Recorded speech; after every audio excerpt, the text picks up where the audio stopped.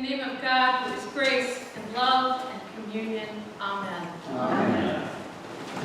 Well, good morning. Good morning. It is so good to be home. Good to see you. Every preacher dreams of a gospel text like this, right? It's a great icebreaker. It's just the kind of good news that people are looking for. Dream of a refining fire, how I wish it were already kindled. You think that I come to bring peace, you are dead wrong. So I'm going to back away from that for a minute, but just for a minute. Instead, I want you to imagine a wedding. And not the wedding itself, but the feast afterward, the party, the meal. You have one in your mind, the best one you've been to. The food is piled up on the tables, the wine is flowing. It's great. And it's that time in the wedding, in a tradition that seems to transcend culture and history and era. It is time for the wedding toasts. Now, I've been to a few weddings in my life. I've only been ordained for a year, but I've already celebrated like 6 or 7 of them.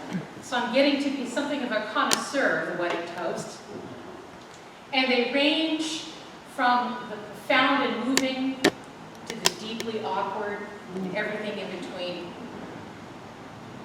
So the wedding toasts are happening, and they're beautiful. Tributes to the love of the couple, tributes to what they've meant to the community, tributes to how special this moment is for the lives of the families joining together.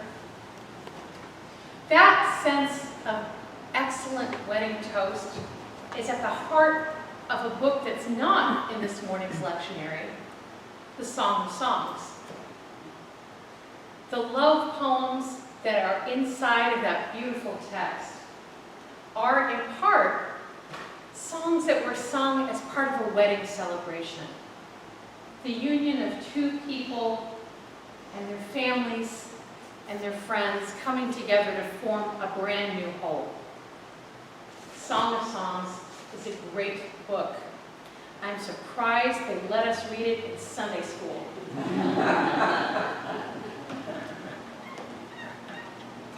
So that's the ideal wedding. Now imagine a less than ideal wedding. With this trouble brewing. Before the first toast is even made, you have a sense that things are not going so right. And there, as the toasts begin, after the awkward frat brother gets up to talk about some stories that were best said at the bachelor party, and from the back at that table where all the weird cousins are, crazy Uncle Isaiah stands up. Uncle Isaiah, man, that guy. It's funny because he's really kind of strange and unpleasant, and he doesn't have a really good sense of personal space. But man, that guy always says something insightful. Today, and this moment, is no exception. Let me sing a song of my love, he says. And already we know we're about to go on an interesting little ride. But he doesn't sing about the love between the two people. He doesn't sing about a love that he has for another person. No, he sings for a love that he has for a vineyard. A vineyard. See, in Isaiah, he's taking that old formula, the old genre, we would say, in literature. He's taking that form of sort of the wedding blessing, the wedding toast, the wedding song, and he's changing it up because he's got a point he wants to make. We sing a song of love for this vineyard. Let me tell you a story about it. This is a vineyard that I planted, tended, pulled all the rocks out. I set up a watchtower, did all the stuff. And then what happens? What would you expect after care like that? I was just in the Willamette Valley, which is the home of, in my unbiased opinion, the best wines of the world. And Just even driving down I-5, vineyard after vineyard after vineyard, broken up only by fields of hops. It's really kind of a perfect place. All these vineyards look so beautiful, so bucolic, so perfectly espalier on their lines. But we know that behind that takes all this work, all this care, all this tending. It doesn't happen by accident. So your crazy Uncle Isaiah goes on, I did all this work, and I thought, in the fall I was going to get some grapes, some Chardonnay, maybe some Shiraz if we're down south. And what I got instead was wild grapes. I got vinegar. It's not a very good return on my investment of love.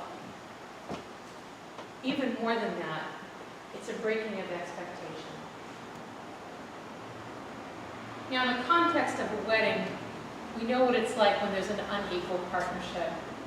When one person is doing the labor, if that labor is working, doing the child care, and doing the cooking, and doing the emotional labor, and addressing all the Christmas cards, and the other person is catching up on the news 24/7.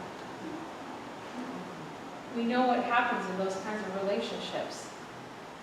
Relationships need to be fed. They need mutuality to work. And that's what Isaiah is saying. The relationship of the people to God has not been fed, and the mutuality has not been tended. It's a hard diagnosis. That God is the planner and has given us so much. And what God gets instead of justice? Wild grapes. It's a hard word. Which brings us back to the gospel. Speaking of hard words, Jesus says, how I wish the fire were already stoked. How I wish it were already burning.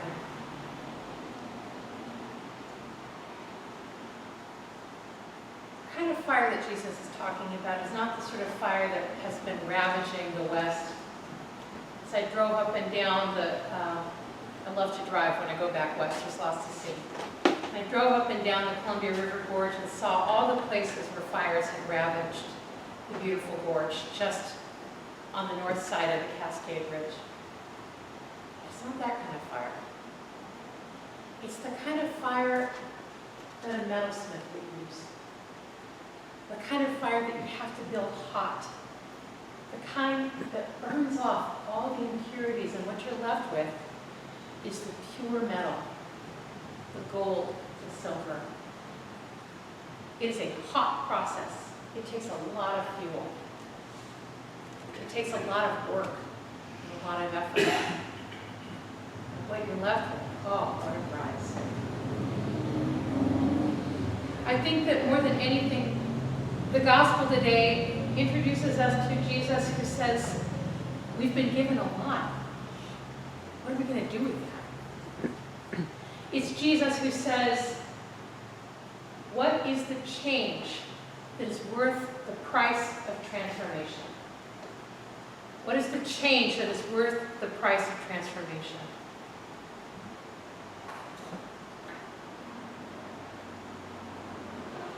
God has planned so much for us. What are we going to do with that?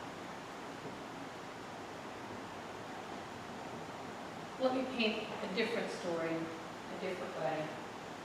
It just so happens to be the wedding I was at last weekend. Two men. I've known both of them for a long time. Both of them grew up in very conservative homes. Neither of them ever thought that this moment would happen for them. They grew up believing that they were outside of God's love and God's care for their lives. But here they were. This moment was not just for them, though. This moment was for their families. All were invited to be part. This moment was for their friends. But even more than that, as we created the blessing of their wedding together, they asked that we name some of the martyrs of the movement that made it possible for them to be married as part of the wedding service, that we remembered both the ancestors that they loved and saw no more, and the people that they would never meet, who had done so much to make this moment possible. That their love was not just for the two of them together, but their love was not even just for their family and friends as a joining of two families, but they understood their love to be part of a larger picture, a wider web of how the world is constructed. Before the dancing began, where I saw something I never thought I would see, my friend John dancing with his mother at his wedding. They had all of the wedding party get up and each of them read a part of an invitation for the guest to, instead of making presents to them, which they did not want or need, to make donations to the Trevor Project, which helps young kids who are on the LGBTQ spectrum who are in trouble. They understood that all the things that they had been blessed with richly were not just gifts to keep for themselves, to turn inward. That the love that they shared was not one-sided. And the gifts that they had were not gifts to hoard, but instead that their blessings were blessings to share. I think God has tended their vineyard pretty richly. I think they've given back in abundance and will continue to. To my way of thinking, this is what it means to have mutuality in our relationship with God. That what we've been given is not just for us to share, hoard, keep, and rest our laurels on, but instead that we in turn tend our own vineyard.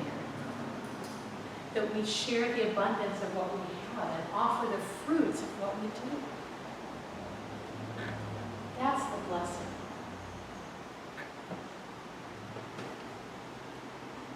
The grace, and there's always a grace, the grace in our readings this morning comes from a place we don't often talk about. It comes from the Psalms. In the end it says, turn again, O Lord.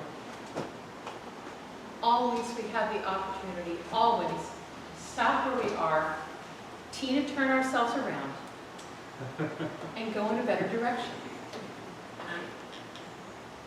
We always have the opportunity to stop and redirect.